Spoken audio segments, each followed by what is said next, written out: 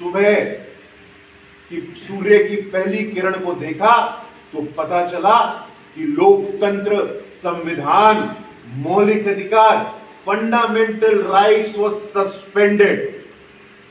रातों रात लाखों लोगों को जेल में डाला गया। Maintenance of internal security act, defence of India rules, उसके अंतर्गत बिना किसी प्रकार के कारण को बताए हुए हमारे वरिष्ठ नेताओं को जेल में डाला गया। This was an attack and assault on the values of our constitution. The same constitution, friends. ये वही संविधान है जो संविधान के निर्माता हमारे पूज्य बाबा साहब अम्बेडकर के मेहनत और पराक्रम से बना था। और आज कांग्रेस पार्टी संविधान का नाम लेती है। The Congress leadership should be embarrassed. Congress के नेताओं को शर्मसार होना चाहिए कि जो संविधान का निर्माण हमारे परम पूज्य बाबा साहब अम्बेडकर ने किया। बाबा साहब अम्बेडकर यूज्ड टू से फ्रेंड्स, वो कहते थे कि संविधान की आत्मा संविधान के प्रस्तावना में बसती है। The soul of constitution is embodied in the preamble of the constitution. मैं इसलिए कह रहा हूं क्योंकि उस प्रस्तावना, उस प्रियम्बल के भावना को तोड़ा मरोड़ा गया। The spirit of preamble was destroyed. 2 new words were added. 42nd Constitutional Amendment Act came into existence. उनकी योजना थी कि देश से लोकतंत्र को समाप्त कर देंगे और हमेशा हमेशा के लिए देश में राजतंत्र को लागू करेंगे। कांग्रेस के वरिष्ठ नेता हुआ करते थे बंसीलाल। बंसीलाल ने बोला इंदिरा जी को तो परमानेंट हम लोग देश के प्रधानमंत्री के रूप में घोषित कर देते हैं, चुनाव की जरूरत नहीं है।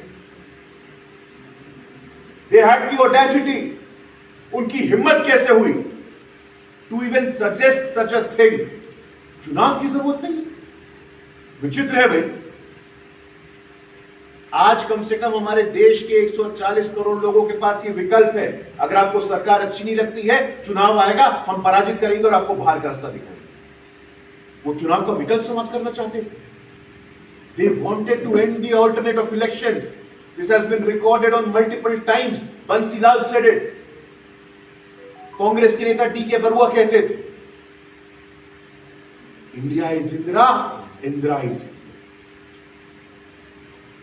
ये इल्यूजन था, ये भ्रम था उन लोगों के मन में। लेकिन तब भी लोकनायक जयप्रकाश जी के नेतृत्व में under the leader of JP we saw a national movement against the emergency. We saw how our leadership courted arrest. Advani ji हो, अटल जी हो, अरुण जी हो, सुशील कुमार मोदी हो, नानाजी देशमुख हो, इमरजेंसी के खिलाफ, इमरजेंसी के विरोध में, संविधान के पक्ष में यदि कोई तब खड़ा था वो बीजेपी और आरएसएस और जनसंघ था, और आज खड़ा है तो बीजेपी, आरएसएस और जनसंघ है। बीजेपी तब नहीं था। कांग्रेस पार्टी जनसंघ था, तो जनसंघ और आरएसएस था। और आज भी ताज्जुब होता है, यहां के नेता खड़गे जी ने बयान दिया दिल्ली में कि 11 वर्षों से अघोषित आपातकाल, undeclared emergency. What is this undeclared emergency? I want to ask you. More than 50 governments, more than 50 democratically elected governments have been suspended by the Congress regime. लोकतांत्रिक तरीके से चुनी हुई सरकारों को बर्खास्त किया है कांग्रेस पार्टी की सरकार ने। हमारा ट्रैक रिकॉर्ड देखिए, एक भी सरकार, not even one democratically elected government has been suspended by the Bharatiya Janata Party. Friends, this shows our commitment. ये हमारी प्रतिबद्धता को दिखाता है। इमरजेंसी के दौरान जो हमारे इंस्टीट्यूशंस थे, रातों रात हमारे जितने पत्रकार, अखबार चलते थे, वहां पे दिल्ली में बिजली का लाइन काट दिया गया कि अगले दिन का अखबार ना आए। AIR में, ऑल इंडिया रेडियो में क्या चलेगा? किशोर कुमार की बस ये गलती थी कि वो यूथ कांग्रेस के कार्यक्रम में जाने से उन्होंने मना किया। AIR पे, रेडियो पे, आकाशवाणी पे उनका गाना चलना बंद हो गया।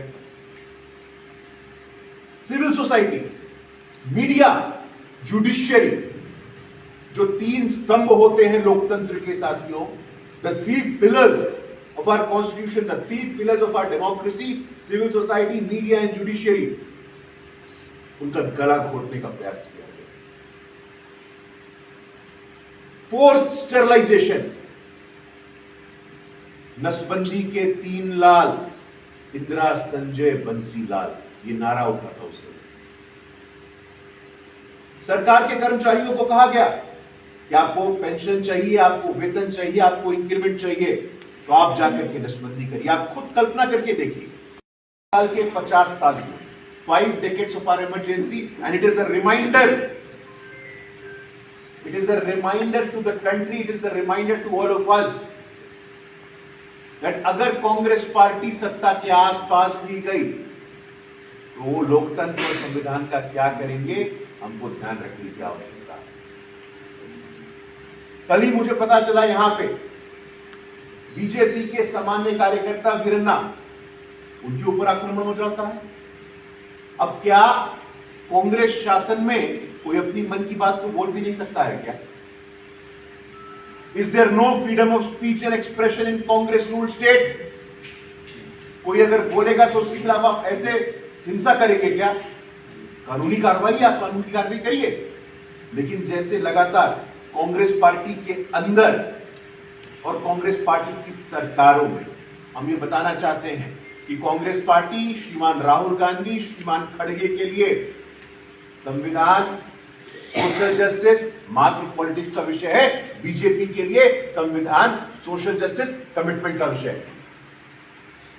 जगह जगह राहुल गांधी जी जाते हैं और कहते हैं SC ST OBC, SC ST OBC। मैं उनसे पूछना चाहता हूं, मैं खड़गे जी आपसे पूछना चाहता हूं, आपके क्षेत्र में कितने मुख्यमंत्री बनाया आपने?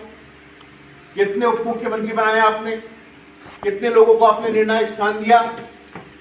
लेकिन बीजेपी को मौका मिलता है तो आज उड़ीसा में आदिवासी मुख्यमंत्री है, आज छत्तीसगढ़ में आदिवासी मुख्यमंत्री है, आज मध्य प्रदेश में दलित समाज का डिप्टी CM है, आज राजस्थान में दलित समाज का डिप्टी CM है। पहली बार, for the first time in our history friends, 75 years a woman from Adivasi community, एक आदिवासी समाज की बेटी संविधान के सर्वोच्च स्थान पे जाती है और देश की राष्ट्रपति बनती है, तो इसी सरकार में संभव होता है। आज यूनिवर्सिटी हो, वाइस चांसलर्स हो, प्रोफेसर्स हो, जुडिशियरी हो, हर स्थान पे सरकार ये सुनिश्चित कर रही है। पहली बार चेयरमैन रेलवे बोर्ड दलित समाज का व्यक्ति, पहली बार controller auditor general of India एक ट्राइबल समाज का व्यक्ति, पहली बार बाबा साहेब अंबेडकर के बाद कोई दलित समाज का व्यक्ति केंद्र में कानून मंत्री बनता है फुल टर्म के साथ, तो अर्जुन राम मेघवाल जी। और कांग्रेस पार्टी को मौका मिलता है क्या करती? क्या किया उन्होंने? हरियाणा में कुमारी शैलजा जी, दलित समाज से आती, दलित महिला है, आपको इतनी चिंता थी दलितों की, तो आपको उनको सम्मान देना, लेकिन आपने उनको गायब कर दिया। साथियों, ये कांग्रेस के डबल स्टैंडर्ड्स हैं, ये कांग्रेस की ऑप्टिकल पॉलिटिक्स है, कांग्रेस की सिंबॉलिक पॉलिटिक्स है, जो आज देश की जनता समझ गई। They stand exposed in front of the entire country today. वो बात कर रहे थे कास्ट सेंसस की। क्या हुआ कास्ट सेंसस का? खड़गे जी खुद कहते हैं, हम लोग तो पढ़ते हैं, खड़गे जी खुद कहते हैं कि तेलंगाना का मॉडल अच्छा है, कर्नाटक का मॉडल अच्छा नहीं। क्या मतलब है इसका? On record, he has said on multiple occasions that I appreciate the Telangana model, not the Karnataka model. It was your government who conducted the Karnataka model caste census. You must come out and clarify your position. आपने कभी कोई स्पष्टीकरण नहीं दिया। इसलिए साथियों, आज 11 साल हुए हैं, 11 वर्ष हो गए हैं मोदी जी के केंद्र में शासनकाल के। सामाजिक स्तर पे, आर्थिक स्तर पे, जनधन योजना हो, इंफ्रास्ट्रक्चर हो, पूरे विश्व में चौथे नंबर की अर्थव्यवस्था को बनाने की बात। आज देश बदल रहा है। और आपके माध्यम से हम बताना चाहते हैं, through your medium we want to say that no power in the world, no power in the world can stop the marginalized sections now. देश का दलित, देश का वंचित, देश का पीड़ित, देश का शोषित और देश का आदिवासी आज अपने एस्पिरेशंस को पूरा कर रहा है। जो 2047 का विकसित भारत का हमने सपना देखा, वो 2047 के विकसित भारत का सपना निश्चित रूप से देश के दलित, वंचित, शोषित, पीड़ित उनके बगैर पूरा नहीं होगा। And people who are making fool of us, जो डेमोक्रेसी को, कॉन्स्टिट्यूशन को पॉलिटिकल टूल बना रहे हैं, उनका इतिहास क्या है? एक ही परिवार, यहां भी वही स्थिति है। खड़गे जी भी, उनके पुत्र भी, सोनिया जी भी, उनकी बेटी भी पार्लियामेंट में, बेटा भी पार्लियामेंट में। मैं बिहार से आता हूं, Lalu ji RJD, wife MLC, daughter MP, son minister, second son deputy chief minister. अरे,